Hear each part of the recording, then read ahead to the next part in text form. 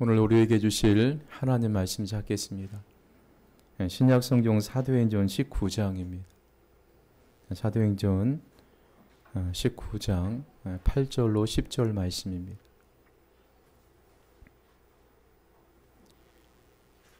사도행전 19장 8절로 9절 말씀 우리 한 목소리로 함께 읽겠습니다. 바울이 회당에 들어가 석 달 동안 담대히 하나님 나라에 관하여 강론하며 권면하되 어떤 사람들은 마음이 굳어 순종하지 않고 무리 앞에서 이 돌을 비방하거늘 바울이 그들을 떠나 제자들을 따로 세우고 두란노 서원에서 날마다 강론하니라. 2해 동안 이같이 하니 아시아에 사는 자는 유대인이나 헬라인이나 다 주의 말씀을 듣더라. 아멘. 우리가 메모를 할 때요, 저도 보니까 기억력이 옛날 같지가 않아가지고 메모를 하려고 하는 습관을 많이 기르려고 합니다. 근데 제가 메모를 할 때 보면 항상 몇 년, 몇 월, 며칠이라고 써요. 근데 올해가 시작이 된 지 벌써 한 달이 다 지나고 있는데도 아직까지 21년도와 20년도가 헷갈립니다. 그래서 간혹 2020년도 1월 며칠 이렇게 메모를 할 때가 있어요. 올해가 시작이 된 지 오늘이 꼭 한 달째가 되는 날입니다. 연초에 마음을 굳게 먹었던 결심들이 또 희미해지는 또 시간이기도 합니다. 그래서 베드로 사도는 너희는 정신을 차리고 근신하여 기도하라. 이렇게 우리에게 말씀해 주고 계세요. 우리가 정신을 차리지 않고 또 기도하지 않으면 또 시간이 어떻게 흘러가는지 모르고 세월을 낭비하기 때문입니다. 그래서 우리가 말세의 주말에 또 이렇게 코로나 시대에 우리가 영적으로 더 깨어서 또 말씀으로 돌아가고 기도하는 저와 여러분들 되시기를 주님의 이름으로 간절하게 소망합니다. 최근에 교회와 선교 단체를 중심으로 코로나 확진자가 집단적으로 발생을 했습니다. 일반 시민들 사이에서는 교회라면 지긋지긋하다, 그렇게 비판이 일고 있어요. 사회적 거리두고 강화로 소상인분들이 경제적인 어려움을 겪고 있고 하루빨리 팬데믹의 상황을 벗어나고자 노력해온 시민들의 노력을 물거품으로 만들었다는 그런 비난을 받고 있습니다. 마치 교회가 코로나의 온상이라 되는 것처럼 또 혐오의 대상이 되어 하나님의 교회인 예배당을 향해 계란을 던지는 모습을 보고 한 주간 큰 충격을 받고 괴로웠습니다. 주님의 몸이 저렇게 멸시를 받는구나. 주님의 몸인 교회가 저렇게 멸시를 받는구나. 이렇게 한 주간 동안 몹시 괴로웠습니다. 한 주간도 하나님께서 이 땅에 교회를 만들어 놓으신 목적이 무엇일까? 교회의 존재의 목적은 하나님께 예배하고 또 그분을 사랑하고 이웃을 사랑하기 위함입니다. 목사로서 교회를 향한 또 사회의 비판을 또 겸손하게 또 받아들이고 또 성찰하게 되었습니다. 그래서 앞으로는 한국 교회를 위해서 또 용인은광교회를 위해서 더 많이 기도를 해야겠다. 교회가 이 땅에 하나님의 영광을 드러내고 또 사회적인 책임을 잘 감당하고 말씀과 신앙의 본질로 돌아갈 수 있도록 더 많이 기도를 해야겠다. 그런 생각을 했습니다. 여러분들도 기도하실 때마다 한국 교회를 위해서 또 용인은광교회가 신앙의 본질로 돌아가고 또 말씀으로 돌아갈 수 있도록 기도해 주시기를 바랍니다. 사도 바울이 에베소 지역에서 와서 우리가 지난주에 살펴보았듯이 세례 요한의 제자들을 만나서 복음의 진리를 가르쳐 주었습니다. 그래서 그들이 예수 그리스도의 이름으로 세례를 받고 또 성령 충만해지는, 그래서 예수님의 제자도 거듭나는 그런 장면을 우리가 살펴보았습니다. 자, 오늘 말씀해 보시면요, 사도 바울이 유대인의 회당에 들어가 석 달 동안 하나님 나라에 대하여 말씀을 전했습니다. 오늘 19장 8절 말씀에 보면 바울이 회당에 들어가 석 달 동안 담대히 하나님 나라에 관하여 광론하며 권면하며 이렇게 말씀해 주고 있어요. 우리가 보통 하나님의 나라라고 생각하면 우리가 보통 하늘나라, 우리가 죽어서 가는, 영원히 가는 그런 하늘나라, 천국을 보통 생각을 해요. 근데 오늘 9절 말씀에 나온 사도 바울의 회당에서 유대인들에게 담대히 하나님의 말씀에 대해서 강론한 하나님의 나라는요, 그런 나라가 아닙니다. 이 땅에 임하는 하나님의 나라를 의미하는 것입니다. 우리가 예수님을 구주로 영접하고 또 말씀으로 은혜를 받습니다. 그리고 성령이 우리 안에 충만해지면요, 우리가 누구의 통치를 받게 되냐면 하나님의 통치를 받게 돼요. 하나님의 말씀에 순종하는 삶을 살게 되는 것입니다. 그것이 바로 하나님의 나라인 것입니다. 그래서 우리의 가정이 아버지로부터 어머니, 자녀들까지 다 성령 충만하여 하나님의 말씀이 충만하고 우리가 하나님의 통치를 받게 되면 그곳이 바로 하나님의 나라가 임하게 되는 것입니다. 이런 하나님의 나라는요, 예수 그리스도로 인하여서 도래가 되었습니다. 그래서 온갖 마귀의 지배로부터, 죄의 지배로부터 벗어나 하나님의 은혜를 누리면서 하나님을 기쁘시게 하는 것이 이 하나님의 나라인 것입니다. 그래서 교회가 하나님의 통치를 받을 때 교회는 하나님의 나라가 되는 것입니다.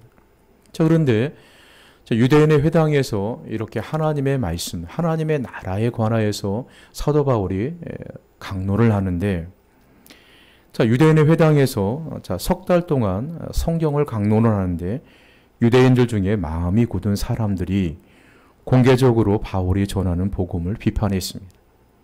오늘 9절 상반절에 보시면요, 어떤 사람들이 마음이 굳어 순종하지 않고 무리 앞에서 이도를 비방하거늘 이렇게 말씀해 주고 있어요.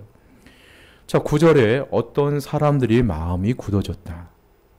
여기서 굳은 마음이 굳어졌다는 것은요, 출애굽기에서 하나님이 애굽 왕 바울의 마음을 완악하게 했다는 말씀과 똑같은 의미입니다. 또요, 마태복음 13장에 보면 예수님께서 씨 뿌리는 자의 비유를 우리에게 말씀해 주고 있죠. 그러면서 네 가지 마음의 상태를 우리에게 말씀해 주고 있습니다. 네 종류의 밭 가운데 최악의 밭, 길가와 같은 그런 마음이죠. 사람들이 밟아서 굳어진 밭 사이의 길. 그러니까 우리가 가끔 여러분 시골에 가시면 밭과 밭 사이에 조그만 길이 있어요. 그곳에는 수많은 사람들이 지나다녀서요, 땅이 정말 딱딱하게 굳어져 있습니다. 그런 굳어진 마음, 그런 마음을 말씀해 주고 있는 것입니다. 그래서 예수님의 말씀은 말씀이 뿌려질새 뿌리내릴 틈도 없이 새들이 와서, 악한 자가 와서 그 마음에 뿌려진 마음을 즉시로 빼앗아간다. 이렇게 예수님께서 말씀해 주고 계세요. 에베소 지역의 유대인의 회당에서 이 바울의 말씀을 듣던 사람들이 길가와 같은 각박한 마음을 가진 사람들이라는 것입니다. 그래서 복음의 말씀을 들으려고 하진 않아요. 바울은 그래서 그들은 유대인의 회당을 떠나서 따로 두란노 서원에서 따로 제자들을 세우고 3년 동안, 2개월 동안, 2년 동안 하나님의 말씀을 가르쳤다고 우리에게 말씀해 주고 계세요. 그래서 에베소에서요, 사도 바울이 유대인의 회당에서 3개월 동안 열심히 하나님의 말씀을 가르치고, 그리고 두란노 서원에서 2년 동안 하나님의 말씀을 강론했다.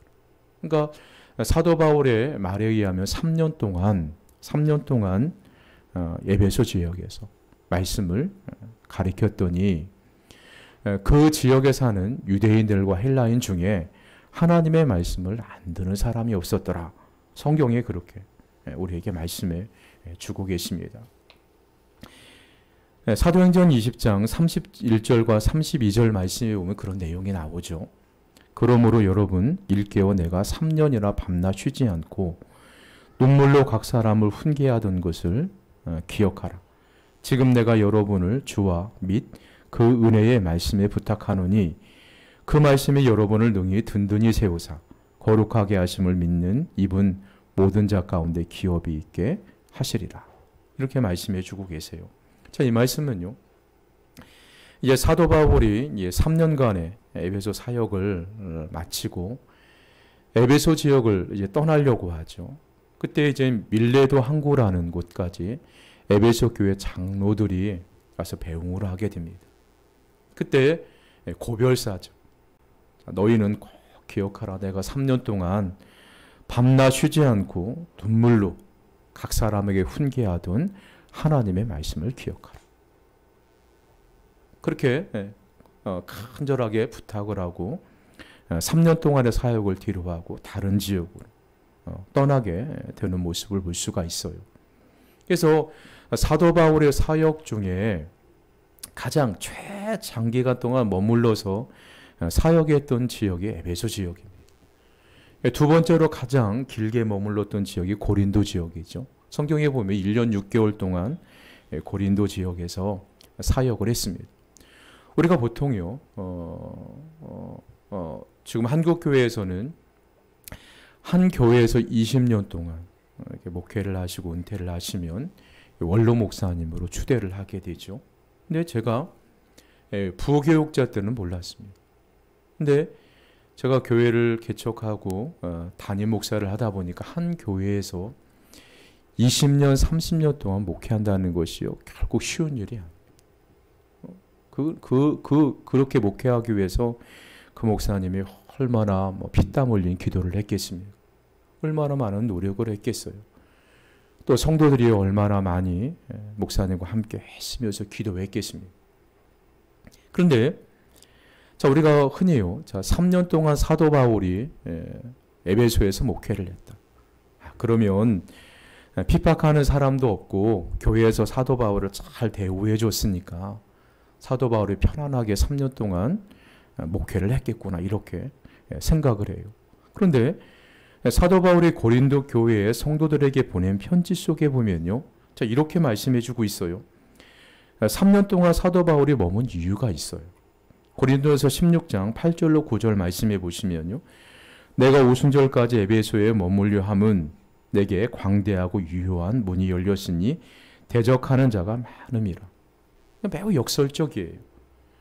자기가 그렇게 오랜 시간 동안 3년 동안 에베소 지역에서 그렇게 목숨을 걸고 목회를 했던 이유는 교회가 나를 잘 대우해줘서 나를 대적하는 사람들이 없었기 때문이 아니라, 오늘 16장 고린도 16장 8절로 9절 말씀에 보면 대적하는 자가 많기 때문에 내가 3년 동안 그곳에 머물면서 하나님의 말씀을 전했다.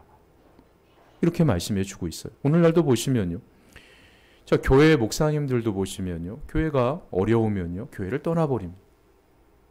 좋으면 오래 남아있고. 근데 사도 바울은 우리와 달라요. 그러니까 굉장히 많은 어려움들이 있고 바울을 대적하는 사람들이 많기 때문에 그런 3년 동안 에베소 지역에서 목숨을 걸고 목회했다. 이렇게 역설적으로 우리에게 이야기를 하고 있는 것입니다. 그러니까 에베소 지역은요, 바울을 환영하는 분위기가 아니었습니다. 우리가 생각하는 데는 에베소 지역은요, 저렇게 아데미 신전이 있는 곳이에요. 그래서 지금도 보시면요, 세계의 7대 불가사의 중에 하나가 저 아데미 신전. 2000년 전에 저렇게 웅장하고 큰 신전을 사람들이 어떻게 지었을까? 지금도 불가사의하다는 것입니다. 그리고요, 자, 저곳에는요, 저곳에는 어떤 일이 있었냐면 아데미 여신을 섬기는 그런 신상이 저 안에 있었습니다. 그러니까 아데미 신을 섬기는 엄청난 신전이요, 에베소에 위치해 있었기 때문입니다. 자, 거기에는 수천 명의 성전 창기들, 우상을 섬기는 제사장들, 거기에 빌부터 먹고 사는 식구들, 이방 종교, 우상 숭배, 갖가지 마술, 주술, 사술, 막 이런 것들이 뒤엉켜서요, 일대 도시가 영적으로 완전히 타락해버린 그런 도시였습니다. 이 모든 것들이 보시면요, 아담의 신전 중심으로 돌아가고 있는 경제 구조였어요. 그러니까 에베소 도시라는 그 도시가요, 어떤 뭐 공장들이 많아서 산업 시설에 의해서 경제가 돌아가는 것이 아니라, 자, 성전, 아담의 신전을 중심으로 해서 경제가 돌아가는 거예요. 그곳에서 돈이 거래되고, 그곳에서 뭐 수많은 사람들이 먹고 사는 그런 지역이 바로 에베소 지역이었어요. 그러니까 뭐 이 아담의 신전에서 에베소 도시라는 그런 도시의 막강한 경제적인 영향력을 발휘하고 있었습니다. 그러니까 바울이 에베소에 도착했을 때 가장 놀라운 것이 영적으로 이보다 더 타락한 도시가 없을 것이라고 할 정도로 막 세계 도처에서 몰려드는 거짓 철학자, 우상 숭배자들, 거짓 교사들도 가득 차 있었던 도시가 바로 에베소 도시였습니다.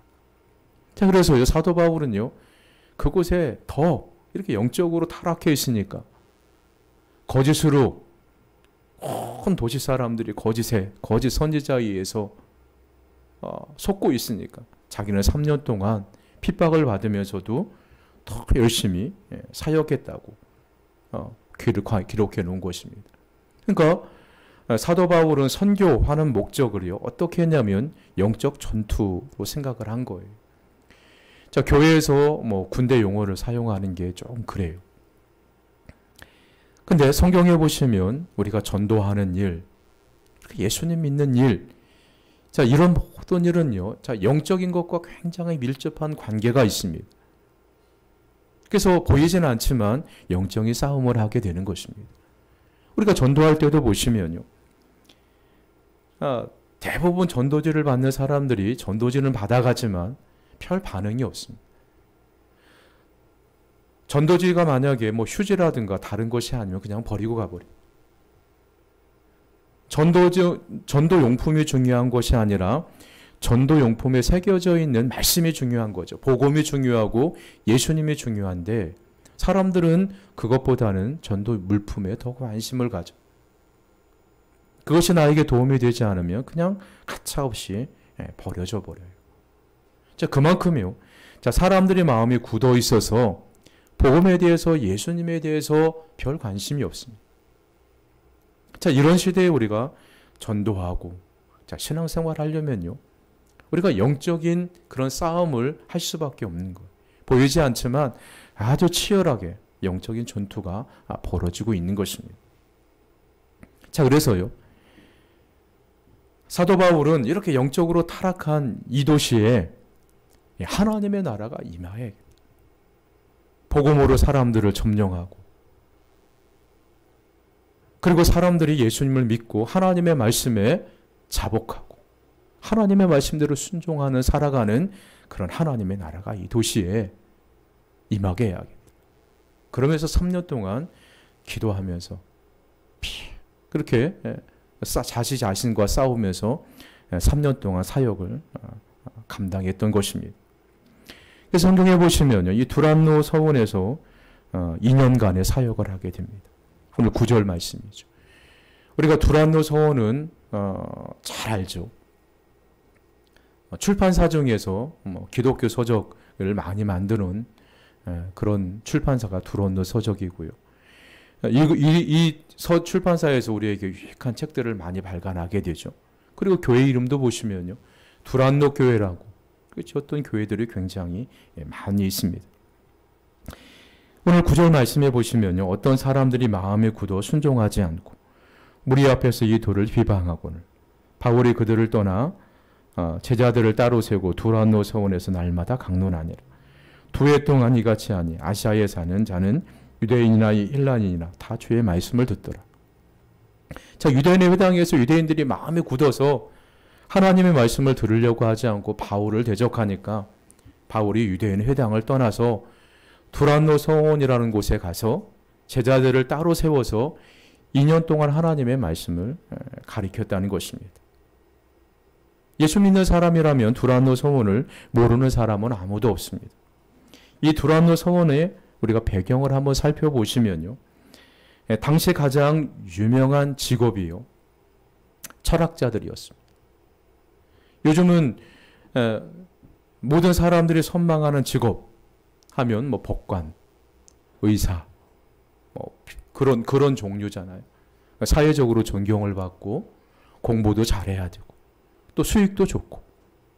그래서 요즘으로 하면 최고의 직업이 의사, 뭐 공무원, 뭐 이렇게 법관, 이게 최고의 직업이었는데 그 당시에는 철학자가 가장 최고의 직업이었습니다.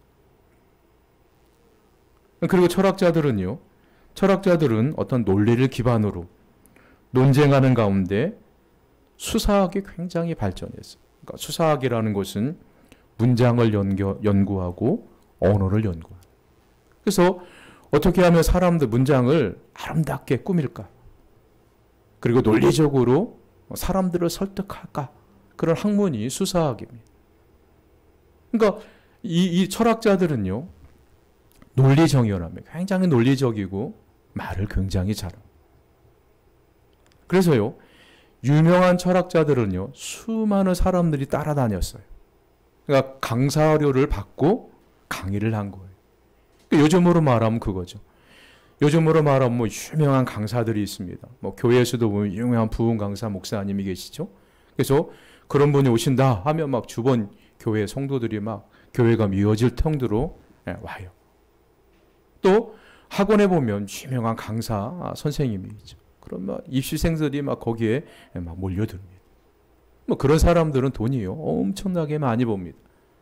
그러니까 그 당시 철학자들도요, 유명한 철학자들은 이렇게 많은 사람들이 그를 따랐고 따르는 사람들이 수강료를 내면서 그의 철학적인 사상을 배웠어요. 그러니까 한마디 요즘으로 하면 유명한 강사죠, 강사. 근데 이 두란노 서원의 주인이요, 어떤 사람이냐면 그 당시에 유명한 철학자였습니다. 자, 그런데요, 자, 사도 바울이 어떻게 이 두란노 서원에서 2년 동안 사역을 하게 됐냐면요. 지금도 그렇지만요, 지금도 중동 지방에 가거나 이 동남아 지역에 가면요, 한낮에는 너무 더워서 일을 하지를 못합니다. 여러분 여행 한번 가시면요, 한 11시서부터 오후 3시, 2시, 3시 이전까지는 일하지 않습니다. 집에 가서 쉬거나 낮잠을 자요. 그리고 좀 서늘하면 다시 와서 일을 해요. 자, 이것을 시에스타라고 하죠. 시에스타, 낮잠 자는 시간. 이런 관습이 있어요. 그래서 바울은요, 2년 동안 매일 성경을 강론했다고 했는데요. 자, 바울이 2년 동안 매일 몇 시간 동안 성경을 가르쳤냐고 나오지 않지만 다른 성경 번역서가 있습니다. 그곳에 보면 5시간 동안, 2년 동안 매일마다 성경을 강론했다. 그러니까 사람들이 낮잠 자는 시간, 그 시간대는 두란노 서원이 빕니다. 그러니까 오전 11시서부터 오후 4시까지. 이렇게 낮잠 자는 시간, 두란노 서원이 비는 시간을 빌려서 사람들을 모아서 하나님의 말씀을 가르쳤다는 거예요. 근데요, 보통요, 낮잠 자는 시간은 사람들이 거리에 다니지 않습니다. 근데 에베소 지역에 하나님의 말씀을 목말라 하는 사람, 진리의 말씀을 간구하는 사람들이요, 그 피곤한 와중에서도 그 다른 사람이 다 쉬고 낮잠 자는 그 시간대 와서 바울이 전하는 복음을 들었다는 것입니다. 또 그 당시에는요, 바울은요, 성경에 보시면 에베소 교회로부터 사례비를 받지 않았습니다. 왜 그러면 에베소 교회가 주지 않아서 그런 게 아니라 에베소 교회 성도들은 사도 바울에게 사례비를 주려고 했는데 사도 바울이 거절을 했다는 거예요. 왜 그러냐면 그때 당시에는요, 이 철학자들이 강사료를 받고서 철학 사상을 강의를 한 거예요. 근데 만약에 사도 바울도 복음을 전하면서 강사료를 받게 되면 다른 사람이 저 사람도 다른 철학자들과 똑같네, 저 사람도 돈을 받고 복음을 전하네. 자, 이런 오해를 피하기 위해서요, 사도 바울은 천막을 짓는 그런 직업을 유지하면서 스스로 일을 하면서 하루에 매일 5시간 동안에 두란노 서원에서 하나님의 말씀을 가르친 거예요. 자, 사도 바울은 직업을 갖고 있습니다. 그러니까 직업을 갖고 있으니까 다른 사람이 일하는 동안 아침에 서늘한 시간에 장막을 만들어야 됩니다. 그리고 오전 11시부터 오후 4시까지 쉬어야 4시 이후에 서늘할 때 또 일을 할 수가 있는 거예요. 근데 사도 바울이 그 쉬는 시간을 쪼개서 피곤한 중에서도요, 사람들을 모아서 말씀을 들으려고 찾아오는 사람들을 모아서 매일 하루에 5시간 동안 두란노 서원에서 하나님의 말씀을 가르쳤다는 것입니다. 그것도 매일 2년 동안.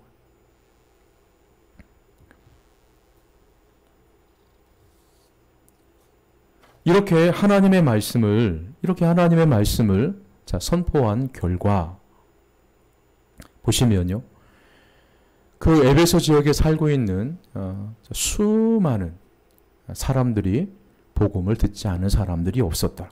그렇게 말씀해 주고 계세요. 서울에 보시면요, 서울에 보면 내수동 교회라는 유명한 교회가 있습니다.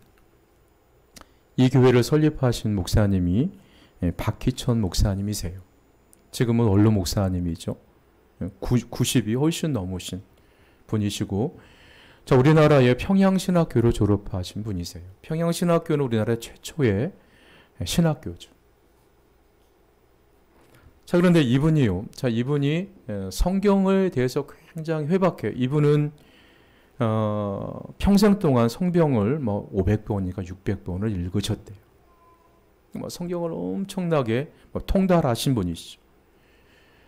자, 이분이 이제 한참 목회를 할 때 신학교에 가서 설교와 강의를 하십니다. 설교와 강의를 하기 전에요, 매 학기마다 자, 이분이 이런 이야기를 해요. 자, 이분이 이런 이론을 펼치십니다. 어떤 이론이냐면요, 다이너마이트 이론이에요. 우리가 흔히 공사를 하다 보면, 길을 닦다 보면 엄청난 큰 암벽을 만나지 않습니까? 그러면은 그 암벽을 깨부셔야 도로가 생기는 거예요. 근데 너무너무 크니까 사람의 힘으로 움직일 수가 없어요. 그러니까 그 바위에다가 다이너마이트를 설치해서 폭파해서 바위를 깨트려 버려요.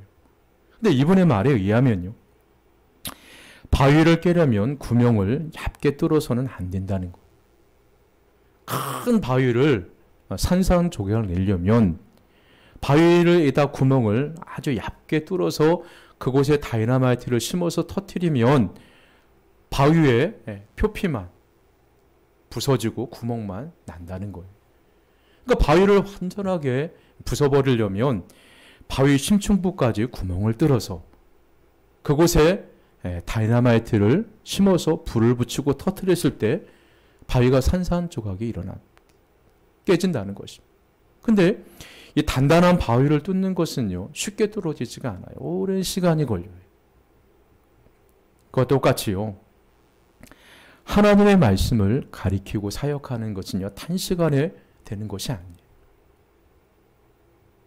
그러니까 우리가 하나님의 말씀을 배우고 또 신앙의 깊이와 성장을 하는 것은 지름길이 없어요. 오랜 시간이 걸린다는 거예요. 오랫동안 하나님의 말씀으로 훈련을 받고, 오랫동안 하나님의 말씀을 연구하고, 또 묵상하고, 그 말씀을 읽고, 새겨보고, 그런 시간이 있은 후에요, 우리의 신앙이 더 단단해지는 것입니다. 그러니까 신앙이 한순간에 단단해지고, 한순간에 성장하는 법이 없다는 것입니다. 자, 그와 똑같이요. 자, 사도 바울도 왜 2년 동안, 3년 동안 그렇게 에베소 지역에서 말씀 사역에 온 힘을 기울였을까요? 하나님의 말씀 사역은요, 단시간에 이루어지지가 않습니다. 굉장히 길고 지루해요. 그래서 우리가 보통 보시면요, 교회에서 훈련을 받는다, 무슨 공부를 한다. 보통 아무리 짧아도 1년.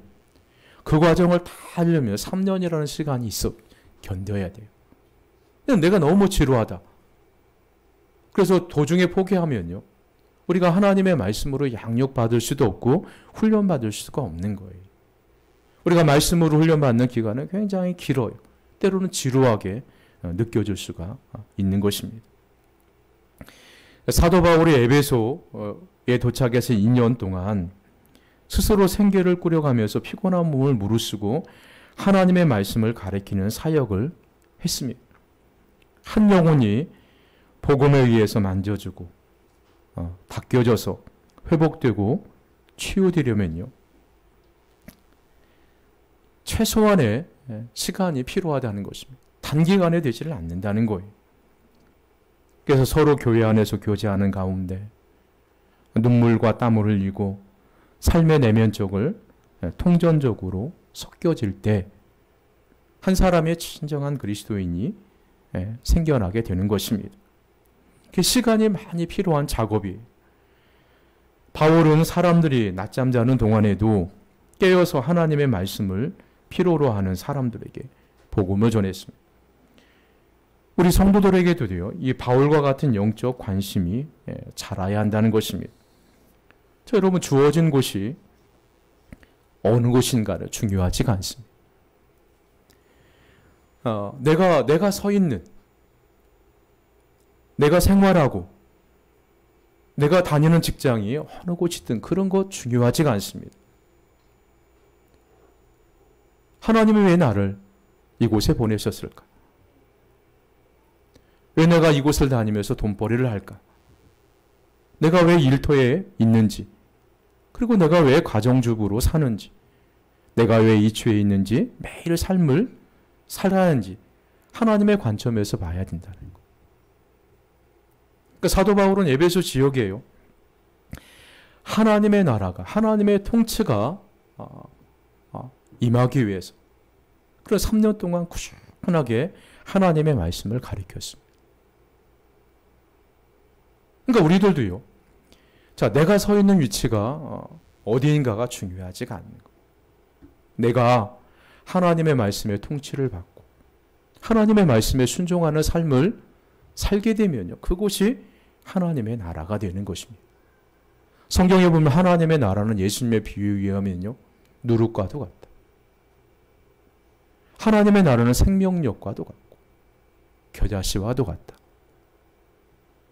하나님의 나라가 한번 임하게 되면요, 그 나라는 성장하고 확장할 수밖에 없는 것입니다.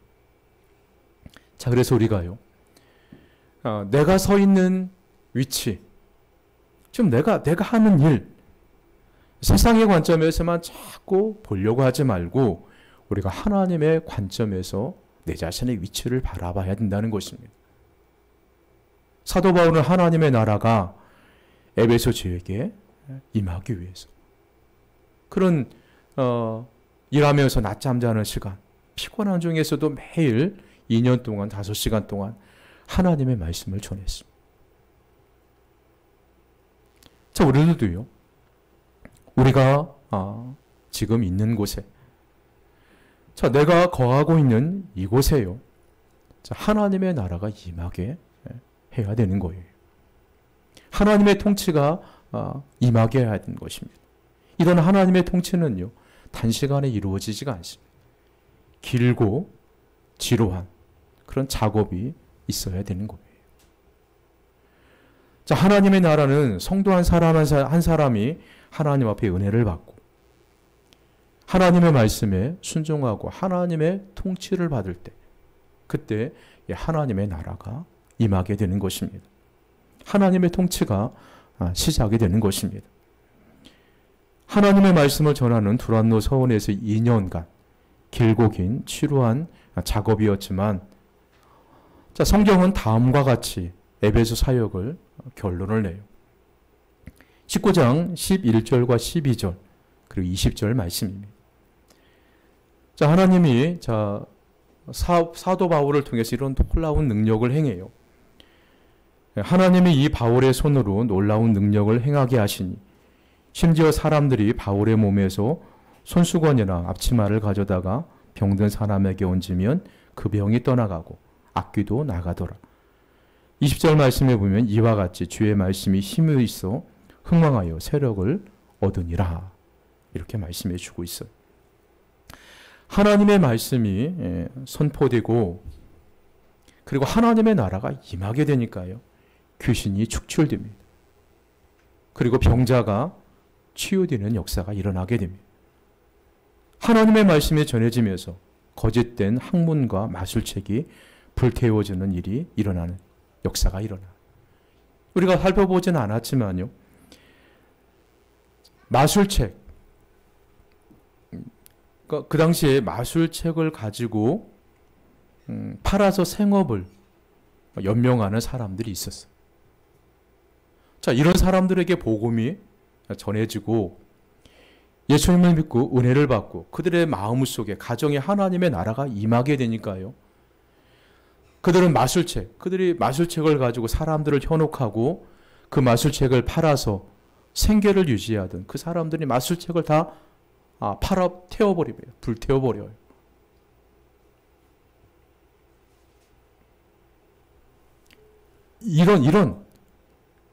그래서 이렇게 하는 것은요. 나는 이제부터 하나님의 통치를 받고 살겠다.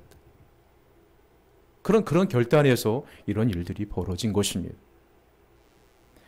하나님의 나라가 임한 것이 주의 말씀이 힘이 있어 흥황하여 세력을 얻게 되었다. 이렇게 우리에게 말씀해 주고 있는 것입니다. 자, 그래서요. 우리의 삶의 터전에서 하나님의 통치가 이루어지기 위해서요. 우리가 날마다 하나님의 말씀에 훈련하는 연습, 또 하나님의 말씀에 또 성령의 통치를 받는 삶을 살아야 된다는 거예요.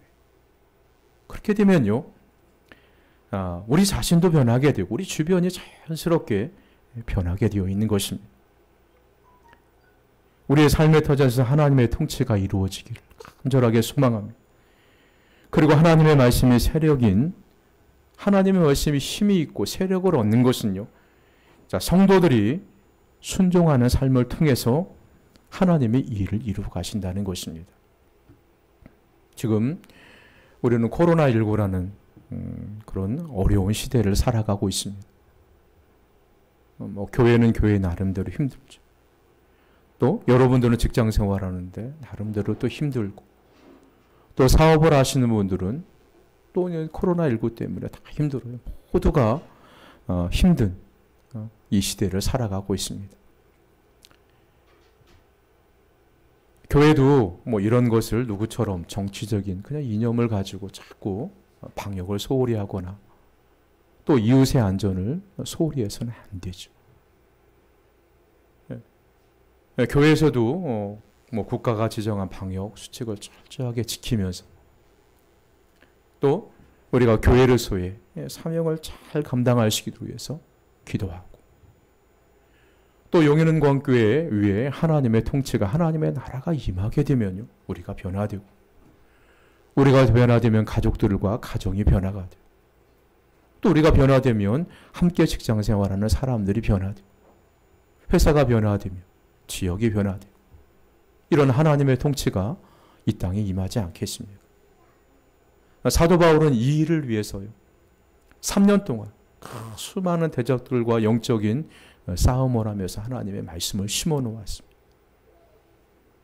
우리의 가정도요, 우리에게도요, 이런 하나님의 통치와 하나님의 나라가 임하게 하기 위해서는요, 부단하게 하나님의 말씀을 심는, 뿌리는 노력이 필요한 거예요. 저와 여러분이 삶 속에 또 하나님의 은혜가 임하고 또 하나님의 통치가 임하는 그런 복된 삶을 살아가시기를 주님의 이름으로 간절하게 소망합니다.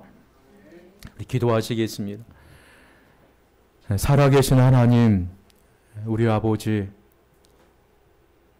세상의 많은 사람들 가운데 우리를 하나님의 자녀 삼아주시고 창조주 하나님을 섬기며 살아갈 수 있도록 인도해 주심을 감사합니다.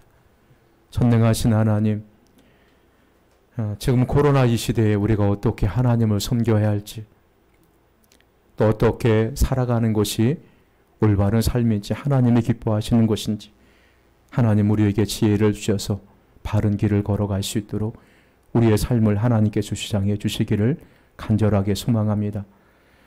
전능하신 아버지 하나님, 우리의 삶 속에 하나님의 나라가 임하기를 소망합니다. 하나님의 통치를 받고 살아가는 복된 삶이 되게 도와주시옵소서. 하나님, 우리 사랑하는 성도들 중에 마음이 괴롭고 고통 중에 있는 성도들 주님께서 위로해 주시기를 원합니다. 물질적인 어려움 중에 있는 성도들, 하나님 물질의 문제가 해결되고 물질의 복을 많이 받을 수 있도록 주님께서 은혜를 더하여 주시옵소서. 거룩하신 예수님의 이름으로 기도 올려드리옵나이다. 아멘.